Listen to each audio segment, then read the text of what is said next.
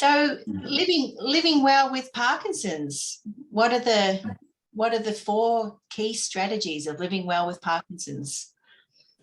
I don't really want to make this so much didactic. I'm really happy for you to participate. But when we talk about living well with Parkinson's, it really comes back to the basics, doesn't it? And I'd say medication management is number one, and that you have the right medications that manage your set of symptoms, and that you're being constantly, regularly reviewed by your neurologist or your specialist or your GP, and reporting things that may be happening and making sure that the medications are matching, the symptoms. I think the second thing is speech.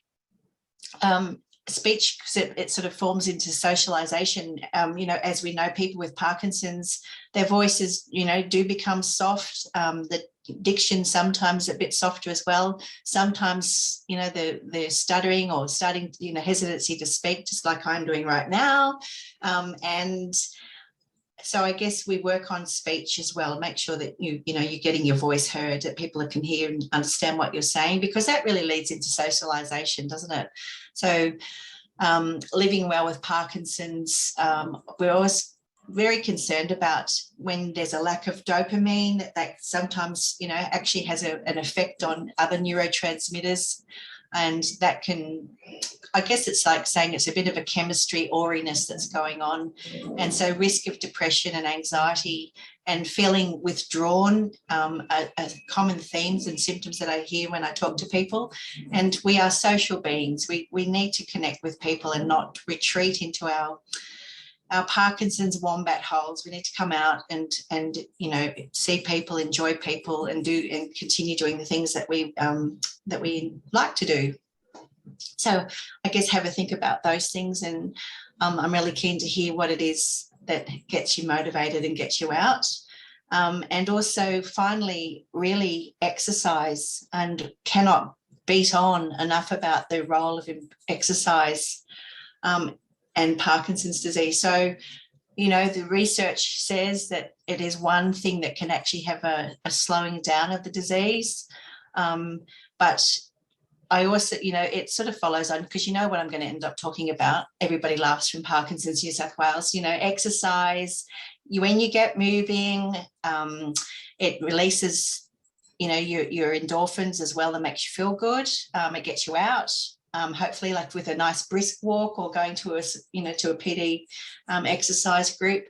And it definitely helps with balance and energy. And my personal experience was always reflecting back to the beginning of the pandemic, when everybody was too scared to come out because we were terrified of getting the Delta version of COVID, and I could see with my own eyes what was happening to my community in Port Macquarie, and how I could see disease progressing because people weren't actually able to exercise, or they're reluctant to exercise. So, I don't need the research to prove that. It's quite evident. And so, when you're slowing down and you're not exercising, that always has the flow-on effect. You don't get a nice blood volume to your gut, and guess what that leads to? It increases your constipation, and there's a whole other flow-on effect of why we need to exercise when we have Parkinson's disease.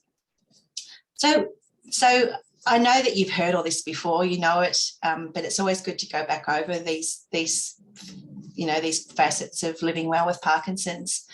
And getting a little dizzy on this video. So always happy to hear from the participants, and seeing what is it that helps to live well with Parkinson's disease. Because as you know, and I'm always the first to admit that I actually learn far more from people with Parkinson's than I can ever teach you about. I think diet's important. Yes, yep, thank you, yep. Why is diet important? If I eat the wrong food, then that affects the way my medication works. That's right, yeah. And so the data suggests that if you're on a levodopa medication, which is made of amino acids, and if you're having high protein, that can interfere with the absorption of the medication. Bernard, I talk with the nurses regularly about this, and we always make a note about it and give guidance around it. But we also wonder too whether that nutrition definitely has to be important, more important than sometimes the medication. Like, so we would never advocate, you know, to reduce protein because we need protein for muscles and building and so on. But yeah, and diet, you know, high in fibre as well. Yeah, if I eat chicken, my medication stops working. You really notice a difference, yeah. Yeah. I think it's interesting actually, because we were talking also about whether it's funny how it does affect some people and other people it doesn't. And we wondered too whether there's like a phenotype of people who do get affected by protein and also fat with their medication. A few more reports about the role of, you know, fat and protein and how that can interrupt medication absorption. And then at other people, as we know, Parkinson's is so individualized. Other people, it doesn't make any difference. You know, whop down a big steak and it's business as usual. Drinking water throughout the day for a whole bunch of reasons. And as it's getting, I mean, today is actually quite a warm day here in Sydney. You know, definitely as it gets warmer, to keep drinking good oral intake of fluids and preferably water. You know, guidelines is that, you know, tea and coffee and alcohol are stimulants and can stimulate bladders and so on. So preferably water. It's good. What other things help people live well with Parkinson's? Movement. Yes, absolutely. Getting up, moving around, doing it. And do you do exercise? Do you have regular exercise? I try and go once a week at the hospital. We have a Parkinson's group there. Yeah. Whereabouts are you? At Grafton. Oh, cool. Oh, good. And there's they have a community service, do they? No, we just go up to the physio and we do a couple of groups up there. Yeah. We go to a Forget-Me-Nots. What's Forget-Me-Nots? It's a group where you know, you can have Parkinson's, diabetes, or okay. We sing and dance and have morning tea, and it's a really good morning. I live well, but I don't have Parkinson's. Yeah, sorry for the interruption. Someone dared to walk past my house. Yeah. So I'm interested to hear then the Forget-Me-Nots, and so that's a group of people. So it's not just Parkinson's, but then again, isn't it wonderful that it's a bunch of people socialising? Yeah, it was originally started up for people with dementia. Yeah. So Parkinson's go there as well, and yeah, it's a great little morning out. Yeah. We have about half an hour of singing, dancing, and then half an hour of morning tea, and then half an hour of singing and dancing. And wow. Yeah, it's a great little morning. It brightens my day up. Yeah, for sure. Isn't that good? I'm glad to hear that. Yeah. And then we got rock and roll on Thursday nights. And that is? We have it at the golf club every Thursday night for about 2 hours, rock and roll. Wow, you guys are really moving and shaking. I hope to. Sometimes I don't, but other times I do. I just got to force myself to start. Yeah, I think that happens a lot anyway, doesn't it? I always think about, you know, come to Friday and I think, could I really be bothered going out? I'm too tired, and yet I finally make the effort, and then I go, oh, you know, I'm always the last person standing usually. Yeah. It's very hard to do any exercise. All my life I did exercise every single day until I got Parkinson's. Yeah. I have got vertigo with it sometimes, and if I can get down on the floor to do something, I can't get up, and if I can't get up, I can't get down. Yeah. And I used to walk 7 kilometers every day, and now it is difficult for me to walk with my walker over the road to do my shopping. So everyone says about exercise, and I always like that. I find it very difficult to do. Lena, your walking that you've probably done before your Parkinson's has probably put you in a good spot. Yes, I know that. and you know, even exercising seated in a chair, I'm not sure, you know, the LSVT, the big movements, you know, All right, yeah. big and loud. You can be seated, you can be semi-recumbent and do exercises. I'll try, because it's very hard, and I get not depressed, but I sort of think I used to do all this before and I can't now. I get like that. Yeah. But there's not, you know, there's, especially if you're describing a bit of vertigo or dizziness, then it's even more important to, even if you're seated, to do the exercises. Yeah. I bought the little pedals to pedal with, so I better get it out and pull it out, blow off the dust and the cobwebs. I won't get anywhere with it though. I used to ride a bike all my life before, but there you go, and it's put you in a good spot. And so pull it out and put some music on and start doing some pedaling. Okay, I will do that. Yeah, good. And do you ever have physiotherapy input? No, I have never had that. It might be worthwhile having an appointment and having an assessment with a physio who could maybe give you some exercises that you can do safely. Yeah. One of the times we had our meeting there, the group, they had a physiotherapist there to show us different things, but I've never been on a regular basis or anything. Yeah. And worthwhile just to revisit those again, probably. Yeah, because you forget or you couldn't be bothered, or which is why it's good to have these Zoom sessions. Yeah, that's good. Thank you. Okay.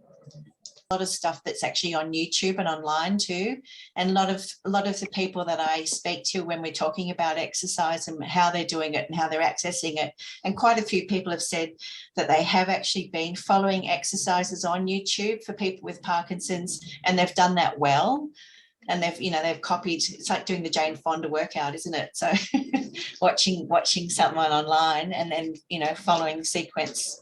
But I still believe in getting a physio to actually review you specifically to see what it is that is your symptoms that may be causing issues with mobility and getting moving, and tailoring the service or tailoring the exercises to you. I can remember in the 70s there was a Swami Saraswati. He did yoga every day at 10:30 or something, and I was always in my leotard. I remember it's like in front of the sea or something like that, wasn't it? There was ocean or waterfront in the background. I remember that as well. Look that up if you've got internet access and see if any of those are around too. Good. Well, that's another good thing too. A lot of feedback is about doing yoga and doing Pilates, which sounds almost, some people say to me, I'd rather climb to Mount Everest than try and do Pilates or yoga, but they're actually really good exercises. And for movement and like soft, good passive movement. Yeah. Rachel. Hello, David. How are you? I'm well, thank you. How's your grandson? Oh, which one? Oh, well, the one that I was with you that day, and then your daughter-in-law was off having a baby, remember? Yep. No, they're all going well. He's I think he's May last year. This year he turned 1. Oh, how exciting. Yeah, so that time goes quickly. Yeah. I was going to ask if you knew any aqua aerobics in Port. I don't, but we can talk to Jody Lloyd, and I'm sure she one of the participants that lives in Bondi told us how he was doing underwater cycling. Oh, okay, yep. And how he was really enjoying that, and for a number of reasons. One's that he wasn't worried about falling off his bike, and he enjoyed the water, the aqua side of it as well. So I know that some people that have grandchildren, when they've been newly diagnosed, have been unsure how to explain to them about Parkinson's. And Morel sent me through, do you remember the Lego lady, the Lego man, with descriptions about Parkinson's? And it's actually a really good resource, isn't it? Morel. And Yeah, it it's is. expressed in their terms. I probably could send that out as well too, about, you know, rigid arms and putting a man into a stoop posture. And I know that a few people that have actually been diagnosed and were really concerned about describing it to their grandchildren have, you know, used that and thought it was a really good resource. First comment is that I probably wouldn't leave your mum unsupervised in the pool. As much as, you know, I probably wouldn't do that. Or recommend not to do that. And secondly, yes, definitely, there are some exercises that people have told me, and it's basically just wading through water. Okay. Because it uses, you have to use a bit of puff to wade through. But you've also got the, you know, your mother also has the benefits of actually having the light, you know, the buoyancy of the water to help do that. And if she likes it too, you know, it's great in terms of fear of falling or falling. You can't really fall. Gardening, yes, gardening. Do you know, when I used to go around and doing my nursing consults, one of the biggest regret and lament was not being able to garden anymore, because people found it difficult. They found it difficult to bend down and get back up again, or they, you know, they made them dizzy when they falling. Yes. And there's solutions to these things, you know. Gardening does bring people joy. And if you need to raise the garden bed, get some raised garden beds, that's quite useful. Long-handed trowels or tools is also useful. But definitely get out and garden. Gardening is great. Yes, one of the things that I think helps Fred, my husband here, who has Parkinson's, that to get out socially. Yes. We belong to a Probus group, and we also belong to a Parkinson's support group. Now, the Probus group, he was more mobile when we joined it, and as he's got less and less mobile, and he has a lot of difficulty now. The guys have been absolutely great with him. Everybody rallies around. They take him to the men's group, and when he goes to coffee, they make him welcome. They come and talk to him. So I think being out socially is really important. Of course, our Parkinson's support group, we're all in the same boat, and we're quite involved with it because I'm part of organising the group, and it's just been a really good thing for both of us, I think. So social activity is really, really important. Yeah, absolutely. And I think one aspect is also communicating to the people that you're meeting up with about what you may need from them to help participate in those socialisation groups. You know, it's okay to say, I might need some help, or, you know, it may be difficult for me to get in. Someone told me the other day that they don't want to go out anymore because they find it difficult getting in and out of a toilet. And I said, well, that's, you know, you need to, it's okay to let your friends know that you may need some assistance getting in and out of the loo. They don't have to watch you do pee-pee, but they can certainly help you in and out. They do prevent people from engaging in social you know, functions because they're worried about things like that, or even the fear of, you know, not knowing where the nearest loo is can be a deterrent. So, but it's okay to ask for help and ask for assistance. I find one of the things that worries Fred when we go out is eating with others because of the swallowing and the coughing, etc. Yeah. But, you know, again, you can explain that, you know, Fred might take a little longer than the others. That's okay. You know, supervise if Fred is coughing. It's okay to actually give him some assistance and, you know, reduce the discomfort of coughing. Sometimes you can't stop it, but or expect it. So it's not a big deal. Yeah. You don't want it going down in your lungs, though, Fred. No. Water's a very good antidote to coughing and choking. Yeah. I always have water. Yes. Yeah. Yeah. Very important. Yeah. Good. Group by proxy. Really good. Yes, that's right. Very true. Yeah. Yeah. Thank you. Just I know next month, I think, is that we'll talk a little bit about surviving the festive season, but I can't believe how quickly October has crept up and is about to overtake. So even now, probably start planning some of the things that you might need to do leading up to Christmas. And I was just thinking in terms of medications, always making sure that you've got a good supply of medications on hand. Is there anything you can talk about in terms of the fatigue and sleep? Yeah, because they are big contributors to non-motor symptoms that are more described as sometimes being more troublesome than having a tremor or being slow. So fatigue, I think, is very underreported and underestimated in people with Parkinson's. And the feedback I get from people are, well, I'm getting old anyway. And it's like, well, no, even in the people who are early onset age describe big episodes of feeling absolute fatigue. And actually, sometimes it's often the precursor to their diagnosis. So don't underestimate the fatigue. I always say, you don't have to build Rome in a day, planning out your activities. And actually, if you really do need to have a rest. It's okay. There's one lady I spoke to, and she's terrified if she stops that she may not get back up again.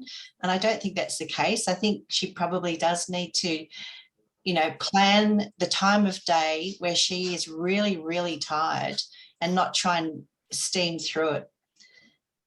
Would people agree with that, or are they still a bit like her, worried that that if you do put your head down? I think we should be living in Spain, all of us, by the way. I think we should all have to have big lunch, big siesta, and then get up in the early evening and start all over again. It's a pity that we don't do that.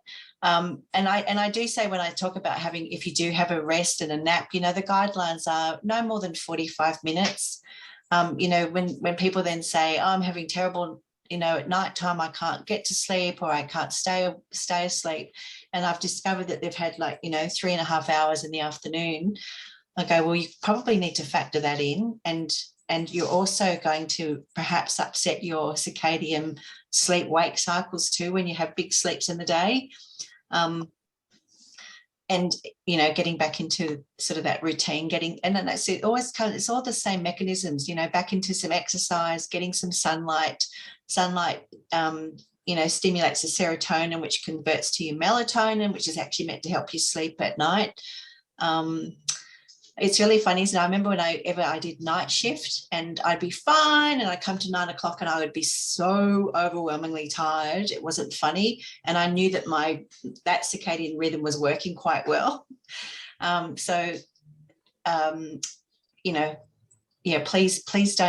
Please acknowledge that fatigue is a problem, and it does affect quality of life when you just really can't, you really hit the wall. It's okay to hit the wall and have a rest, and then and see the pattern. When I speak to patients and clients, they tell me that sometimes the mornings are actually really worse than the afternoon. It's not, they just really struggle in the morning. So I go, well, have a rest, and then plan all the things that you need to do around when you're feeling less fatigued, and also around, when you know that you're going to get the best response from your medication. I get really, really fatigued suddenly.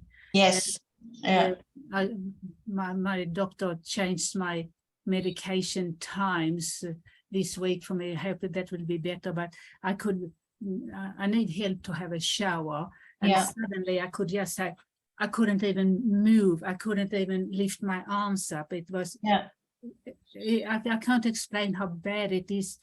And it comes so suddenly. And then if you took the medication, sometimes it helped, but it took an hour to sort of kick in. And then, but that extreme fatigue is very difficult to cope with. Yeah. Someone said it feels like they've got bricks tied to their feet. It's really difficult to lift up and move. Yeah. Is that how it feels, Lena? And nothing. I can't breathe properly. I can't do anything. I can't read because my head is in the clouds. And it's just not nice. Yeah.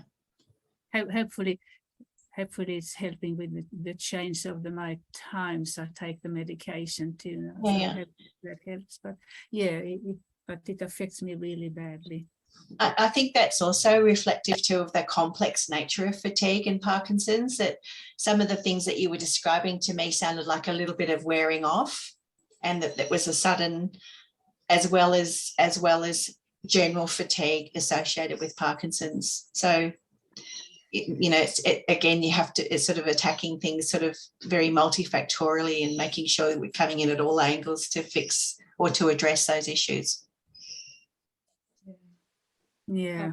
I get the problem with sudden fatigue when I go for a walk. When I come back, I'm okay until I get to the front door.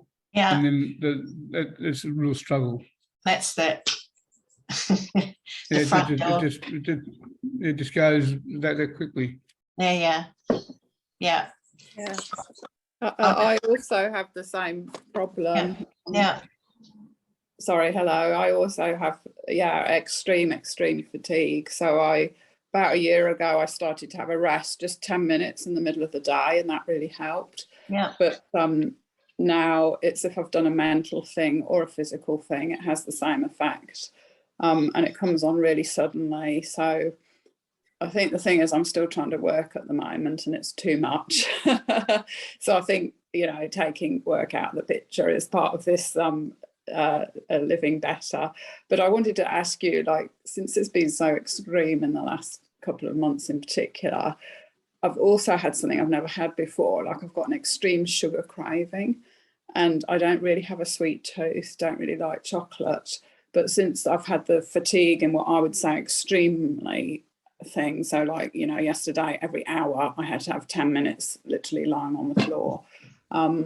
Does that mean something if you've suddenly got a sugar craving? I don't know, Rosemary. A few people have told me, or loved ones have said, so and so has never had a sweet tooth in his life, but suddenly, you know, I have to hide the ice cream because, you know, we're going through tubs and tubs of ice cream. So it's interesting that it's been reported as like a theme that somehow people who've not had a sweet tooth suddenly crave.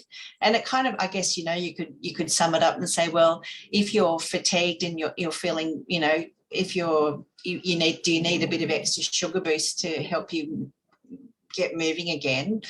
Is that the reason? Is that the mechanism? But it's interesting that you say that. Yeah, I wasn't sure because I was thinking, yeah, it could be that because I've lost loads of weight. But somebody else said it was to do with serotonin, and they said I'm quite depressed as well, and I'm not taking anything for that at the moment. Yeah. And they said, oh, it could be a sign that you actually need to be, that it is to do with the chemicals in the brain, and that you do need to change the medication and have something for depression. Yeah. I was reluctant to do that, but the thing is, when I eat the chocolate, it kind of doesn't make any difference. No, and like I could eat a whole bar and I still don't feel like I've satisfied the craving. So it's very odd because I've literally never really liked chocolate, and just having whole chocolate bars. Yeah, and you know, and again, being careful, you know, eating whole chocolate bars regularly and just monitoring your fasting blood sugars as well. Yeah. You're not on a dopamine agonist at all, are you? I am, yes, yeah. It's not an impulse control sign. I don't know. I'm on the patch, and I'm on Zardago, and I'm on Cinemat. Yeah. So all three of those have impulse things, don't they? Yeah, they do. They can have a risk of impulse. Yeah. Like, could that build up? Because like I've been on that for quite a while now, a couple of years at least. Yeah. I haven't had this before. Could it happen suddenly? Because I did sort of think that. I mean, and I think the doctor said maybe these things build up insidiously. That was the word he used. So you don't notice. Because, you know, when I was first on, I was like paranoid. I was like, oh, am I buying too many things? Am I doing this? Am I doing that? But now I don't really think about it. So just on that note, with the dopamine agonists, I thought too that if you took them and you didn't have any of the side effects, then you could get to home base okay. But I subsequently have learnt again from people with Parkinson's that that's not the case, that you can actually be on a dopamine agonist for a while and things are going okay, and then insidiously some of these behaviours can be demonstrated, like, you know, and I don't know, I'm curious, I probably quite curious to go back and have a look at the databases about sugar cravings and Parkinson's, because I know there's a bit of data around it as well. I wonder if anyone has had like shortness of breath, because my mum, she wakes up and it takes her about 2 or 3 hours to settle down. She puts Tiger Balm on her chest and she has to keep rubbing. And I don't know if it's related to anxiety, possibly. There's a couple of things that come to mind. One is, yes, it could be anxiety causing a panic and the shortness of breath. We know that when medications wear off, it's not just return of motor symptoms, but they can be non-motor symptoms, and it can actually be also include shortness of breath too. So, right. and I guess we're talking about all these things, you know, to looking at patterns and saying, looking at the times that medications are taking and when these symptoms are actually emerging, and saying, is there a pattern to this? You know, should I diarise it? And then I can actually talk to the neurologist or the Parkinson's nurse about it and see if we can correct medications. You know, would it be useful, for instance, for your mum to have a long-acting, you know, a controlled release Cinemet at night? Brent. Yes. I just wanted to say that my specialist has put me on 4 times a day Menopar HBS, and then I get Cifrol at night as well. Yeah. But the interesting thing that he told me was that I should have the tablets an hour after I've eaten. As really? opposed to the original specialist I had just said have them whenever you're supposed to have them. Didn't matter when I ate. When you're starting out, are you fairly newly diagnosed, Brent? I'm probably 4 or 5 years into it now. Okay, so typically when people start off on a levodopa medication, because it has a lot of risk of nausea and lowering your blood pressure, the rule of thumbs is that we recommend that you take it when you're eating, if you feel nauseated. Okay. And that you do really like slow titration upwards. And then when you're actually stabilized on your 4 medications a day and your body's tolerating it, we really do, there is a lot of recommendation that you actually take it, you know, before you have your food. Yeah, on an empty stomach, half an hour to an hour before, you know, and then it gets really tricky, because if you're taking 4, you've still got to eat and you've still got to factor in your meal. Yes. But ideally, it's on an empty stomach. And there's been some, like, again, this story about, you know, how it interferes with protein and how it interferes with food and how you get a better medication uptake if it is on an empty stomach. And so there was some, and it depends on where you are in the disease, but, you know, sometimes people have actually taken a tablet like Stalevo and they've taken it on an empty stomach. It hasn't kicked in, and they've put down an endoscope a couple of hours later and it's actually still sitting there. So there's, you know, and then if you factor in eating a big meal on top of it, then, you know, it may delay the medication absorption. So I think that the reason he may say that is perhaps if you have not tolerated the medication very well, but definitely rule of thumbs is having those tablets on an empty stomach. Yeah, and even to the point where we say maybe not even, it says 1 hour, half an hour beforehand or up to 2 hours after. But then, you know, this conversation with the nurses collectively the other day, we go as much as you can on an empty stomach beforehand. Okay. To get maximum response from it. Yeah. Okay. Yeah. Okay. Thank you. Thank you, Rachel. Thank you, everybody.